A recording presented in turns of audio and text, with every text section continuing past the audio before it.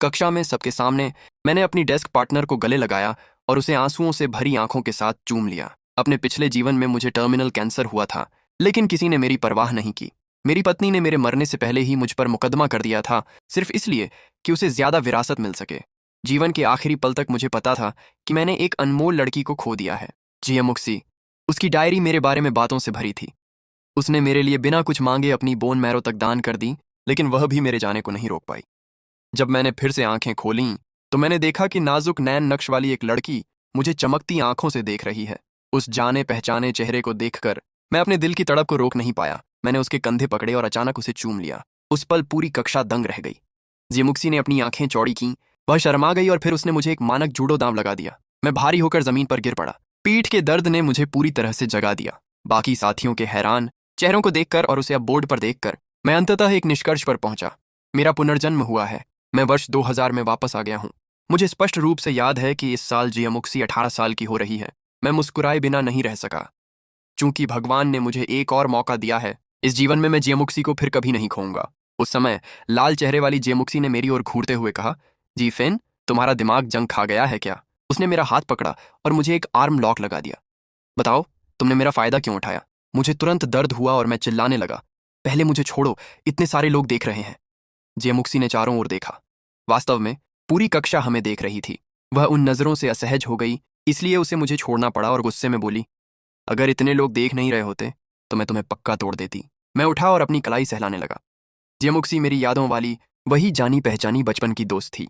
उसने अपना मुंह पोंछा और जिद करते हुए पूछा, बताओ, तुमने मेरा फायदा क्यों उठाया? मेरे पास उसे बताने के लिए बहुत कुछ था, लेकिन जियामुक्सी का गुस्से वाला चेहरा देखकर मैंने वे शब्द निगल लिए। अगर मैंने उसे अभी बता दिया होता तो शायद मैं दोस्ती भी खो देता। पहले मुझे उसके मन की बात जाननी होगी। ये सोचकर मैंने एक बहाना बनाया। मैं सपना देख रहा था। मैंने सपना देखा कि तुम पानी के गड्ढे में गिर गई हो, इसलिए मैं भावुक हो गया। वह अभी भी मुझे मारने के लिए हाथ उठा रही थी। तभी ट्यूटर जूसू कक्षा में आए। जियामुक्सी ने मुझे एक नजर देखी और अनमने ढंग से अपनी सीट पर वापस चली गई, और मेरी सीट उसके ठीक पीछे थी। मेरे साथी वांटी ने प्रशंसा के साथ फुसफुसाया, भाई फैन, तुमने अभी जो किया वह अविश्वसनीय था। तुमने कैंपस की सुंदरी जियामुक्सी को चूम लिया। इतनी बड़ी उपलब्धि, यह निश्चित रूप से पूरे स्कूल में जल्दी ही फैल जाएगी। उस पल मुझे एहसास हुआ, तो मैं स्कूल के सभी लड़कों का दुश्मन नहीं बनूंगा। अचानक एक चौक उड़ी और सीधे मेरे माथे पर लगी। जुसू ने मुझे घूर कर देखा। ऊपर आओ और इस समस्या को हल करो। बाकी साथी मुझे देखने के लिए मुड़े। सब मुझे शर्मिंदा होते देखना चाहते थे। मैं ऊपर जाने ही वाला था कि मैंने जियामुक्सी को फुसफुसाते हुए जवाब देते सुना। मुझे समझ आया कि वह मुझे मुसीबत से बाहर निकालना चाहती है। ये लड़की अभी भी मेरी परवाह करती है, लेकिन इतनी छोटी समस्या मेरे लिए मुश्किल नहीं है। मैं थोड़ा मुस्कुराया। मैं पोडियम की ओर गया, एक चौक उठाई और धारा प्रवाह बोर्ड पर उत्तर लिख दिया। एक पल के लिए पूरी कक्षा खामोश हो गई। सभी साथी मुझे हैरान होकर देख रहे थे, यहां तक कि जियामुक्सी भी अपना मुंह खुला रखे रह गई। जीफेन का गणित का स्तर अचानक कैसे सुधर गया, जो सू को भी उम्मीद नहीं थी कि मैं इसे हल कर पाऊंगा। फिर उन्होंने मुझे अपनी सीट पर वापस जाने का इशारा किया। मैं शरारत से मुस्कुराया और अपनी सीट पर बैठ गया। मैंने मन ही मन सोचा, जो मैंने पिछले जीवन में सीखा था वह अभी भी बहुत उपयोगी है। उस समय जियामुक्सी ने मुझे एक पर्ची फेंकी। मैंने उसे उठाया और देखा। उसमें लिखा था, याद रखना कि तुम मुझ पर एक एहसान करते हो। कागज के अंत में एक सुंदर एक्सप्रेशन का चित्र था। उसे अभी भी लगता है कि यह उसकी वजह से हुआ। मेरी आंखें घूमी। मैंने एक नोट लिखा और उसे दे दिया। जब जियामुक्सी ने नोट देखा तो वह तुरंत शर्म से लाल हो गई और शर्मिंदा और परेशान होकर अपना सिर घुमा लिया। उसने मुझे घूर कर देखा, लेकिन आखिरकार चुपके से नोट खोला। एहसान के अलावा मैं तुम पर एक चुंबन भी उधार हूं। तुम जब चाहो इसे वसूल सकती हो। मैं तुम्हारा इंतजार कर रहा हूं। जियामुक्सी ने गुस्से में नोट फाड़ दिया, मन ही मन गाली देते हुए, बेवकूफ, क्या तुम मेरा फायदा उठाने की हिम्मत करते हो? मैं जल्द ही तुम्हारा हिसाब चुकता कर दूंगी। मैं तुम्हें तुम्हारा हक दूंगी। मुझे ऐसा नहीं लगा, लेकिन अचानक छुट्टी का समय हो गया। जियामुक्सी कक्षा से जल्दी निकल गई थी। मुझे लगा कि वह थोड़ी शर्मीली है और मुझे देखने की हिम्मत नहीं कर रही। क्या मैंने उसे बहुत जल्दी उकसा दिया? ये उल्टा पड़ गया। ऐसा लगता है कि मुझे थोड़ा और संयम रखना होगा। जल्दबाजी अच्छी नहीं होती। फिर मैं स्कूल की पार्किंग में गया। जैसे ही मैं ताला खोलने और साइकिल निकालने वाला था, मुझे अचानक पता चला कि टायर पिचक गया था। धत! किसने मेरा टायर पंचर किया? उस समय जियामुक्सी अपनी साइकिल पर गुजर रही थी और बगल से निकलने का नाटक कर रही थी। जियामुक्सी ने जानबूझकर कहा, अरे अरे, तुम्हारी साइकिल में हवा नहीं है? कितनी दुख की बात है। लगता है तुम्हें पैदल घर जाना पड़ेगा। उसके लहजे को सुनकर मैंने निष्कर्ष निकाला कि पक्का उसने ही टायर पंचर किया था। मैं मन ही मन मुस्कुराया और सीधे पिछली सीट पर कूद गया। जियामुक्सी, चलो। जियामुक्सी ने मुझे घूर कर देखा। किसने कहा कि मेरी साइकिल पर बैठो? जल्दी नीचे उतरो, मैंने डिठाई से कहा। मैं नहीं उतरूंगा, मेरे पास तुम हो। जैसे ही मैंने बोलना खत्म किया, जीएम मुक्सी ने अपने दो दांत दिखाते हुए मुंह बनाया। उसने मेरी बांह पकड़ी और उसे काट लिया। मैंने जल्दी से एक हाथ से उसकी ठुड्डी थाम ली। चाहे वह कितनी भी कोशिश करे, वह मुझे काट नहीं सकी। हम गैरेज के पास खेल खेल में लड़ने लगे, जिससे आसपास के साथियों की नजरें हम पर टिक गईं। आसपास की टिप्पणियों को सुनकर जीएम मुक्सी क्रोधित हो गई और फिर दांत पीसकर बोली, मैं बाद में तुम्हारा हिसाब चुकता करूंगी। यह कहकर उसने पैडल मारा और मुझे साइकिल पर बैठाकर चली गई।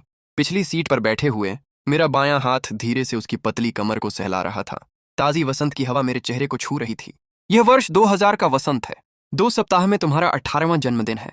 जीएम मुक्सी ने सिर घुमाया और पूछा, क्या तुमने मेरे लिए कोई तोहफा तैयार किया है? मैं जोर जोर से हंसा। नहीं, मैंने तो बस ऐसे ही पूछ लिया था।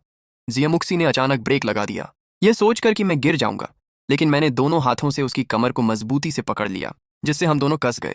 ये कहना होगा कि जीएम मुक्सी की पतली कमर वास्तव में अद्भुत है और बनावट बहुत अच्छी है। उसने धीरे से नाक सिकोड़ी। अगर मुझे और परेशान किया तो मैं तुम्हें गिरा दूंगी। मैंने तुरंत उसे शांत किया। ठीक है, शांत हो जाओ। मैं बाद में तुम्हें आइसक्रीम खिलाऊंगा। 10 मिनट बाद जीएम मुक्सी मुझे दुकान पर ले गई और अंदर की तरफ चिल्लाई, आंटी हान, मुझे 2 पुरानी आइसक्रीम चाहिए। एक अधेड़ उम्र की महिला मुस्कुराती हुई बाहर आई, फ्रीजर से आइसक्रीम निकाली और हमें दे दी। इसलिए हम दुकान के प्रवेश द्वार पर रुक गए। हम खाने लगे। मैं जीएम मुक्सी की ओर मुड़ा, जो अपनी छोटी गुलाबी जीभ बाहर निकाल रही थी। उसने आनंद के साथ धीरे से आइसक्रीम छाटी। मैं मुस्कुराया। जल्दी मत करो, धीरे धीरे खाओ। यह सुनकर जीएम मुक्सी ने 2 छोटे दांत दिखाए। मैं ऐसे ही खाना पसंद करती हूँ, मुझे काटना भी पसंद है। उसके तुरंत बाद उसने आइसक्रीम का एक टुकड़ा काट लिया। मैंने उसे तिरछी नजर से देखा। तुम मुझे क्यों देख रहे हो? मुझे एक टुकड़ा दो, बस एक। लेकिन मैंने तो सब चाट लिया है। उसने बिल्कुल सामान्य तरीके से जवाब दिया, कोई बात नहीं, मैं नीचे का हिस्सा खाती हूँ।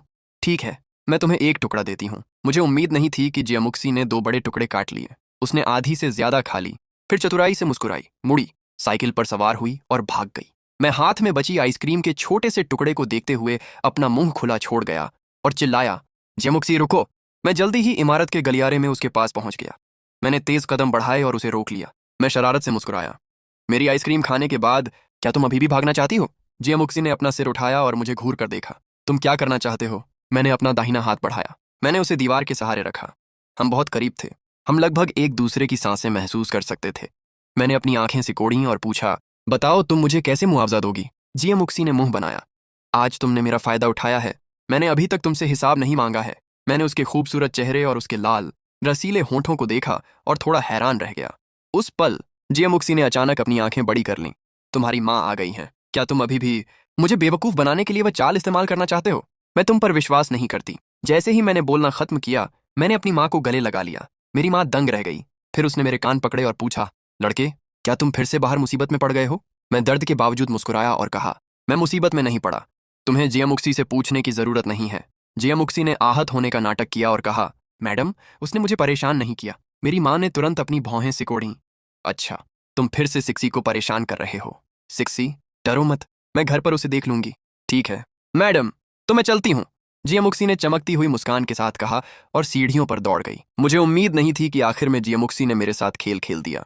अगली सुबह मैं साइकिल पर सवार हुआ और जीएम मुक्सी को स्कूल ले गया। रास्ते में कई छात्रों ने हमें देखा और बुदबुदाने लगे। मैं कई लड़कों के टूटे हुए दिलों को महसूस कर सकता था। यह बहुत अच्छा लग रहा था। इसके विपरीत जीएम मुक्सी उसके प्रति टिकी इतनी नजरों से असहज महसूस कर रही थी। फिर हम साथ में कक्षा में गए। विश्वविद्यालय प्रवेश परीक्षा में केवल 2 महीने बचे थे। हमने लगभग सभी विषय पूरे कर लिए थे। शेष समय मुख्य रूप से मॉक टेस्ट और स्व अध्ययन के लिए था, ताकि अच्छे ग्रेड प्राप्त करने और अपने माता पिता को खुश करने के लिए परीक्षा से पहले सभी ज्ञान बिंदुओं को याद करने का प्रयास कर सकूं। अंतिम अध्ययन कक्षा में मैंने अपनी पैंट की जेब से एक युआन के कुछ मुड़े हुए नोट निकाले। मेरे पास इस महीने की पॉकेट मनी के केवल 8 युआन बचे थे। वह पैसा जीएम मुक्सी के जन्मदिन के लिए उपहार खरीदने के लिए पर्याप्त नहीं था। कक्षा के बाद मैं स्कूल के पास के व्यावसायिक सड़क पर गया और अपने पिछले जीवन के पेशेवर कौशल का उपयोग करते हुए मैंने एक कार्यशाला में कंप्यूटर की मरम्मत में मदद की। मैंने 600 युआन कमाए। मैं अपनी उत्तेजना और खुशी को रोक नहीं सका। अब जीएम मुक्सी का जन्मदिन का उपहार सुरक्षित था। इस बीच जीएम मुक्सी, जिसे नहीं पता था कि मैं कहाँ गया हूँ, डेस्क पर झुककर बुदबुदा रही थी। धिक्कार है जीफेन, वह अभी तक वापस नहीं आया है। वह नरक में कहाँ घूमने गया है। अचानक खिड़की के बाहर बिजली चमकी और गड़गड़ाहट हुई और मूसलाधार बारिश होने लगी। जीएम मुक्सी बेचैन होकर मूसलाधार बारिश को देखती रही। धिक्कार है जीफेन, लगता है वह छाता नहीं ले गया, और वैसे भी उसकी साइकिल मेरी वजह से पंक्चर है। क्या वह बारिश में पूरी तरह भीग नहीं गया होगा या किसी खाई में गिर नहीं गया होगा? फिर जियामुक्सी ने 2 छाते लिए और रिहायशी इलाके के प्रवेश द्वार पर गई, चौराहे की ओर देखते हुए। उसने आधे घंटे से अधिक इंतजार किया, जब तक कि उसने मुझे आते नहीं देखा, और तब उसका चेहरा मुस्कान से खिल उठा। उसके दिल को बड़ी राहत महसूस हुई। फिर छाता पकड़े हुए वह गुस्से में मेरी ओर आई। मैंने कहा, जीफेन, तुम कहाँ थे? तुम इतनी देर से क्यों लौटे? वह दोनों हाथों में कुछ पकड़े हुए थी। मैंने कहा, मैंने भी नहीं सोचा था कि बारिश होगी। क्या तुम जानबूझकर मेरा इंतजार कर रही थीं? जियामुक्सी के गाल लाल हो गए और उसने जल्दी से विषय बदल दिया। किसने तुम्हारा इंतजार किया? तुम्हारे पास रेनकोट है और तुम उसे पहनते नहीं हो। तुम बारिश में भीगना पसंद करते हो। क्या तुम पागल हो या क्या? बड़बड़ाते हुए वह करीब आई और मुझे अपने छाते से बारिश से ढका। उसका छाता थोड़ा छोटा था, इसलिए हमें बहुत करीब रहना पड़ा।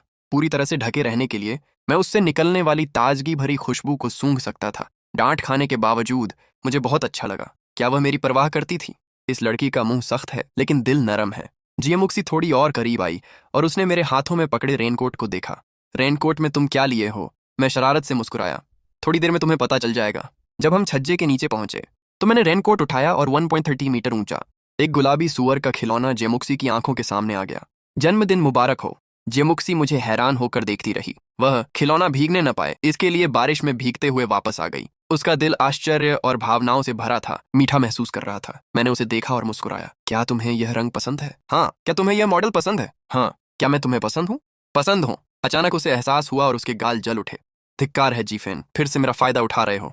उसने मेरे हाथों से गुलाबी खिलौना छीन लिया। मैं यह उपहार स्वीकार करती हूँ। यह कहकर उसने एक छाता छोड़ा और खिलौने को बाहों में भरकर भाग गई। मैंने उसे पीछे से देखा, लाल और शर्मीली, और जियामुक्सी को जन्मदिन का तोहफा देने के बाद मैंने एक मीठी मुस्कान दिखाई। मैं बाकी 300 युआन के साथ खुशी खुशी घर लौटा। मैं अपने माता पिता के खाने को बेहतर बनाना चाहता था, लेकिन उन्होंने यह कहते हुए सब बचा लिया कि यह विश्वविद्यालय में उपयोग करने के लिए है। मेज की ओर देखते हुए मैंने अपने चिंतित माता पिता को देखा और उनसे कहा, माँ, पिताजी, चिंता मत करो, अब मैं भी पैसे कमा सकता हूँ। मेरी माँ ने संतोष के साथ मुस्कान दिखाई।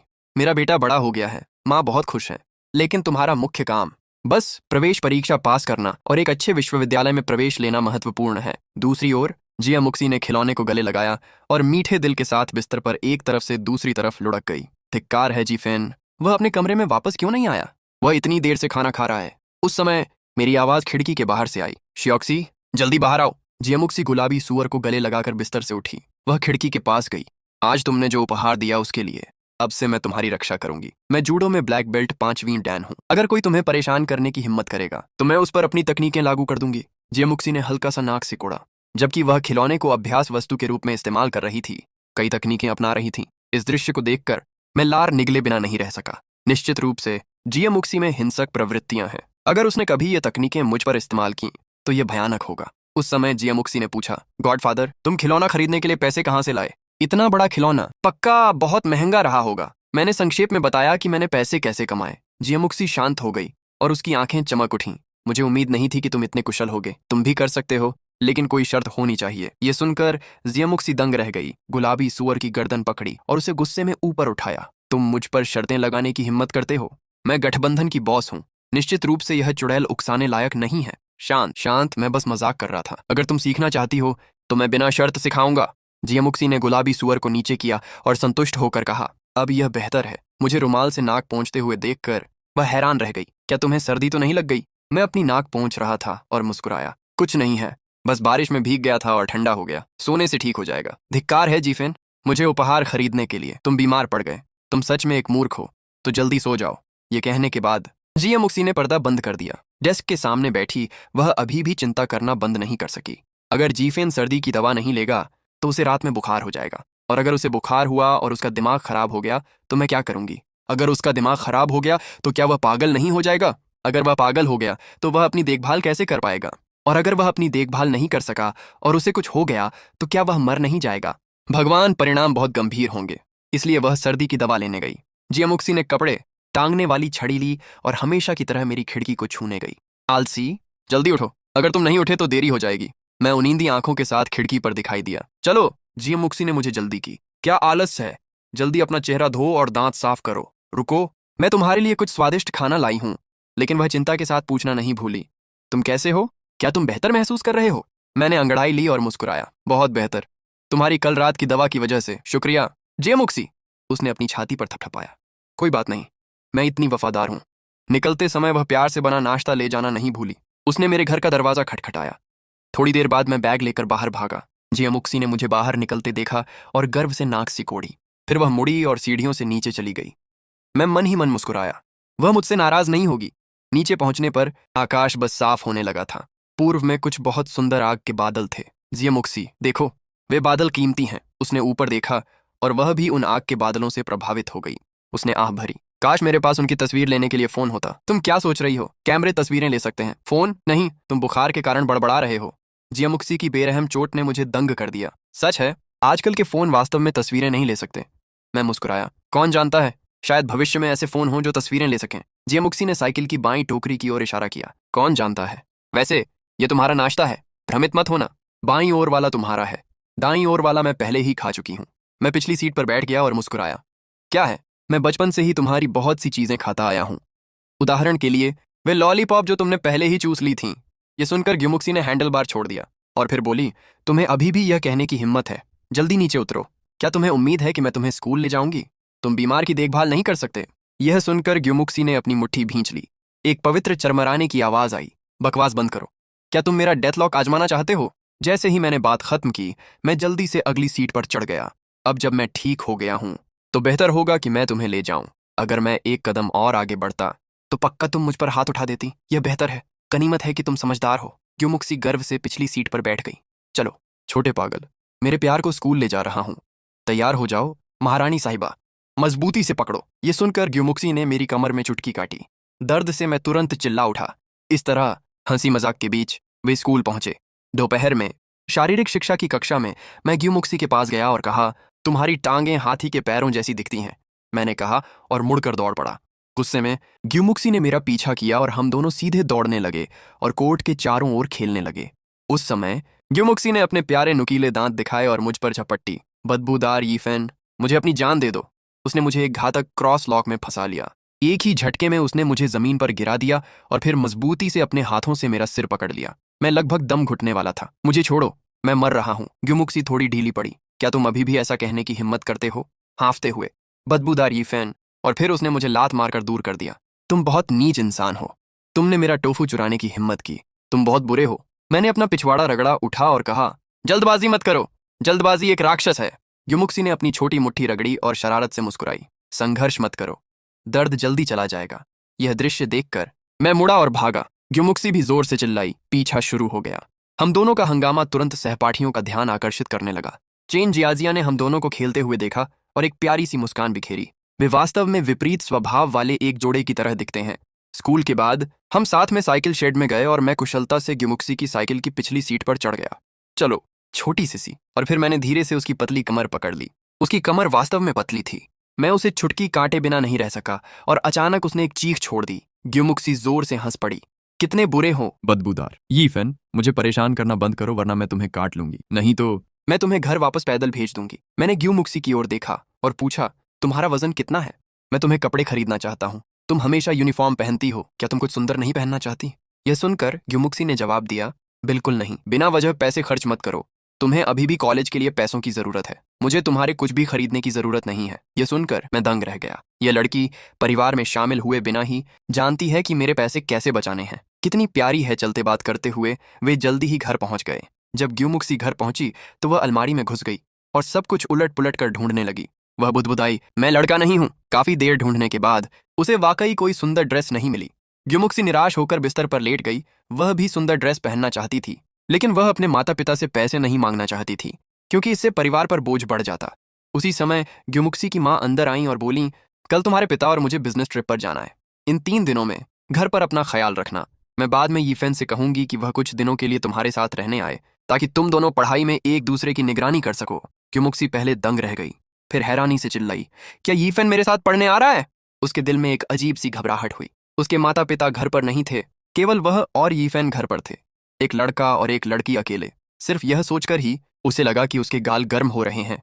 श्रीमती ग्युमुक्सी मुस्कुराई और पूछा, हाँ, क्या तुम्हें येनग्यू के साथ खेलना पसंद नहीं है? मुइक्सी शर्मिंदा होकर बार बार सिर हिलाने लगी। श्रीमती ग्युमुक्सी ने तुरंत महसूस किया कि वह थोड़ी शर्मीली है और मुस्कुरा दी। तो ठीक है, मैं बाद में येन को ढूंढने जाऊंगी। रात में खाना खाने के बाद मैंने सुना कि कोई दरवाजा खटखटा रहा है। जब मैंने खोला तो मैंने ग्यू की माँ को मुस्कुराते हुए देखा। श्याओफेन, आंटी को काम के सिलसिले में 3 दिन के लिए यात्रा पर जाना है। मुझे सिसी को घर पर अकेले छोड़ने में शांति महसूस नहीं हो रही है। क्या मैं तुमसे उसे उन 3 दिनों के लिए देखभाल करने के लिए कह सकती हूँ? ये सुनकर मेरी आंखें उत्साह से चमक उठीं। चिंता न करें आंटी, मैं मुक्सी का पूरा ख्याल रखूंगा। ग्यू की माँ ने संतुष्टि के साथ मेरे सिर को सहलाया। तुम कितने अच्छे हो शाओफेन, तो मैं तुम्हें जिम्मेदारी सौंपती हूँ। यह सोचकर कि अगले 3 दिनों में मुझे मुक्सी का ख्याल रखना होगा, मेरा मूड बहुत अच्छा हो गया। पुरुष और महिला अकेले। क्यों मुक्सी, तुम मेरे हाथों से नहीं बचोगी। इसके बाद मैंने टीवी बंद कर दिया और अपने कमरे में वापस आ गया। एक झटके में मैंने पर्दा खोला और ग्युमुक्सी को गर्व से चिल्लाया, हेलो छोटी सीसी, तुम्हारी माँ ने अभी मुझसे तुम्हें 3 दिन तक अच्छी तरह देखभाल करने के लिए कहा है। तुम अपने पाठ दोहराओ। ग्युमुक्सी मेरी इतनी व्यंग्यात्मक मुस्कान देखकर फुफकारी। अगर तुम मेरी माँ की बात का इस्तेमाल करके मुझे ब्लैकमेल करने की हिम्मत करोगे तो तुम कभी मेरे डेथ लॉक का स्वाद दोबारा नहीं चखोगे। मैं धीरे से मुस्कुराया। ग्युमुक्सी, तुम क्या सोच रहे हो? ज्यादा से ज्यादा मैं तुमसे कुछ पकाने के लिए कहूंगा। तुरंत ग्युमुक्सी गुस्से में आ गई। मूर्ख, तुम मेरा मजाक उड़ा रहे हो। मैं तुमसे और बात नहीं करूंगी। और तुरंत उसने पर्दा खींच दिया, गुलाबी सुअर को पकड़ा और उसे एक घातक लॉक से जकड़ लिया। बदबूदार येन, मैं तुम्हें कुचल दूंगी, जबकि वह आलीशान सुअर के सिर को निचोड़ रही थी। काफी देर बाद वह रुक गई। रात के खाने के समय मैंने ग्युमुक्सी को मेरे घर के सोफे पर आज्ञाकारी रूप से बैठा देखा। उसकी मुद्रा अविश्वसनीय रूप से विनम्र थी, जैसे वह कोई और व्यक्ति हो। मैं बिना किसी हिचकिचाहट के उसके बगल में बैठ गया। जैसे ही मैं उसके करीब आया, मुझे एक सूक्ष्म सुगंध का एहसास हुआ। मुझे नहीं पता कि वह उसकी शरीर की गंध थी या उसके बालों का परफ्यूम। उसके गर्म गाल को देखकर मैं उसे धीरे से अपनी उंगलियों से छुटकी काटे बिना नहीं रह सका। ग्युमुक्सी ने तुरंत अपना असली स्वभाव दिखाया, मुझे दोनों हाथों से गर्दन से पकड़ा और मेरे साथ हाथापाई करने लगी। अगले ही पल मेरी माँ बर्तनों के साथ रसोई से बाहर आई। ग्युमुक्सी ने उसे देखते ही अपने हाथ जल्दी से पीछे हटा लिए और मधुरता से कहा, आंटी का खाना कितनी अच्छी खुशबू दे रहा है। यह दृश्य देखकर मैं संतुष्टि के साथ मुस्कुराया। ऐसा लग रहा था कि मैंने ग्युमुक्सी का कमजोर बिंदु ढूंढ लिया है। रात के खाने के दौरान मैं उसे छोटे छोटे इशारों से परेशान करता रहा, यह देखते हुए कि वह फटने वाली थी, लेकिन ऐसा नहीं कर सकती थी। मैं जोर जोर से हंस रहा था। पेट भरकर खाने के बाद ग्युमुक्सी ने बर्तन धोने और मेज साफ करने में मदद की। फिर वह पढ़ने के लिए अपने घर वापस चली गई।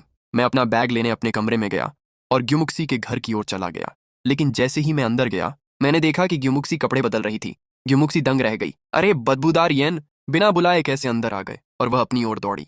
उसने अपने सीने की ओर नीचे देखा और अचानक एक अजीब विचार आया। क्या होगा अगर वह सोचता है कि मैं छोटी हूं? अरे मैं क्या सोच रही हूं? थोड़ी देर बाद कपड़े बदलकर वह कमरे के दरवाजे पर दिखाई दी और मुझे एक घातक घूरने की नजर से देखा। अंदर आओ, मैंने एक हल्की हंसी छोड़ी। मैं ग्युमुक्सी के कमरे में दाखिल हुआ। दरवाजा पार करते ही मुझे एक अनोखी खुशबू का एहसास हुआ, जो ग्युमुक्सी की गंध जैसी ही थी। मुझे विचलित देखकर ग्युमुक्सी ने अपनी आंखें घुमाईं। तुम वहां क्या कर रहे हो? कुर्सी लाओ और पढ़ना शुरू करो, तो हम साथ में पढ़ाई शुरू करते हैं। थोड़ी देर बाद ग्युमुक्सी ने अचानक पूछा, येन, तुम यूनिवर्सिटी में कौन सा विषय पढ़ना चाहते हो? बिना हिचकिचाहट के मैंने जवाब दिया, कंप्यूटर साइंस, ये भविष्य का चलन है। फिर मैंने ग्युमुक्सी से पूछा। वह जवाब देने वाली थी जब मैंने पहले ही अनुमान लगा लिया। तुम आर्किटेक्चर कहना चाहती थी, है ना? ग्युमुक्सी ने मुझे हैरानी से देखा। मैंने तुम्हें कभी नहीं बताया था।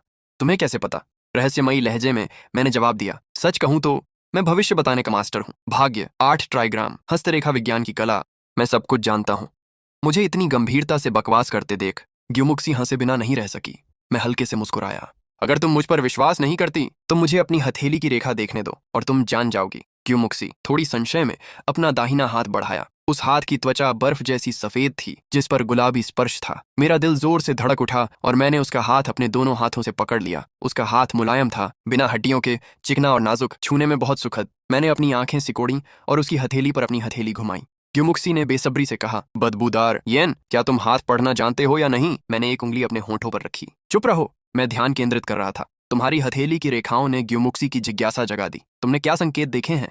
रहस्यमय तरीके से मैंने कहा, मैंने पता लगाया कि तुम्हारे जीवन में कुछ बहुत महत्वपूर्ण कमी है। क्या कमी है? तुम्हारे जीवन में मेरी कमी है। ग्युमुक्सी शर्मिंदा होकर मुझे एक जोरदार तमाचा मारा। मुझे दर्द हुआ और मैंने अपना सिर ढक लिया। ग्युमुक्सी, तुम मुझे क्यों मार रही हो? तुम फिर से मेरा मजाक उड़ा रहे हो कि मेरे जीवन में तुम्हारी कमी है। फिर से मेरा फायदा उठा रहे हो। देखो, मैं तुम्हें एक घातक लॉक लगाऊंगी। ग्युमुक्सी ने मुझे बिस्तर पर गिरा दिया। मैंने अपनी पूरी ताकत से विरोध किया, हार मानने से इनकार किया। ग्युमुक्सी ने मुझे अपने नीचे स्थिर कर लिया और लापरवाही से मुस्कुराई। चिल्लाओ, जितना चाहो चिल्लाओ, भले ही तुम गले बैठने तक चिल्लाओ, कोई तुम्हें बचाने नहीं आएगा। मैंने उसकी कलाई पकड़ी, उसे नीचे खींचा, अपने होंठ सिकोड़े और चूमने के लिए उसके चेहरे के करीब गया। ग्युमुक्सी का चेहरा अचानक पूरा लाल हो गया और एक लात के साथ उसने मुझे बिस्तर से बाहर धक्का दे दिया। अरे, तुम बहुत बड़े परवट हो, मैं दर्द से चिल्लाया। मैं जमीन से उठा। ग्युमुक्सी, तुम एक हिंसक लड़की हो। ग्यूमुक्सी को लगा कि उसके गाल जल रहे हैं और उसका दिल तेजी से धड़क रहा है। बदबूदार यी फैन, अगर तुमने फिर से ऐसा किया तो कृपया एक गेंद बन जाओ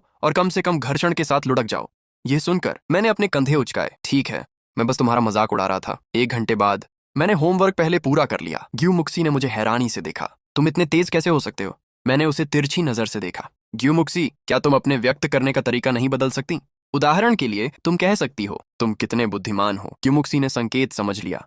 वह शर्मिंदा हो गई और थूका, तुम्हारे दिमाग में क्या चल रहा है? मैं मुड़ा और उसके बिस्तर पर कूद पड़ा। कितना आरामदायक, तुम्हारा बिस्तर मेरा है, तुम होमवर्क करती रहो। अंत में मैंने खुद को कंबल से ढक लिया। एक अनोखी और कोमल खुशबू मेरी नाक तक पहुंची। ये कंबल ग्यूमुक्सी की गंध से भरा है। तुम बदबूदार हो। तुमने मेरे पूरे कंबल को बदबूदार बना दिया है। मैं हंसा। ठीक है, तो मैं आराम करने के लिए लेट जाता हूँ। मैं पहले भी तुम्हारे बिस्तर पर सो चुका हूँ। ग्यूमुक्सी अचानक जोर से हंस पड़ी। यह कहते हुए, मुझे याद आया जब तुम छोटे थे, तुमने मेरे बिस्तर पर पेशाब कर दिया था और तुम्हें डर था कि मेरी माँ को पता चल जाएगा। जब तुम जागे तो तुमने दाग को कपड़ों से ढक दिया। वह चेहरा जो तुमने बनाया था उसे मैं जीवन भर याद रखूंगी। मैंने भी जवाबी हमला किया। मुझे तुम्हारी भी एक शर्मनाक बात याद है। जब तुम स्कूल से घर लौटी तो तुमने कुत्ते की गंदगी पर पैर रख दिया था। तुमने इसे साफ करने की हिम्मत नहीं की और जूते फेंक दिए। फिर तुम्हारे पिता ने तुम्हें सजा दी और तुम मेरे कमरे में छिपने आई थीं। हम दोनों ने एक के बाद एक अपने गंदे रहस्य निकालने शुरू कर दिए, जब तक कि हम दोनों के पेट से आवाज नहीं आई। उन्होंने विरोध की आवाज की और फिर हमने कुछ खाने के लिए युद्ध विराम घोषित किया। मेरे उकसाने पर ग्यूमुक्सी ने खुद खाना पकाने का फैसला किया, लेकिन जब वह रसोई में गई तो खो गई। ये नूडल्स कैसे पकाए जाते हैं? अगर मुझे नहीं आया तो पक्का बदबूदार यीफेन मेरा मजाक उड़ाएगा।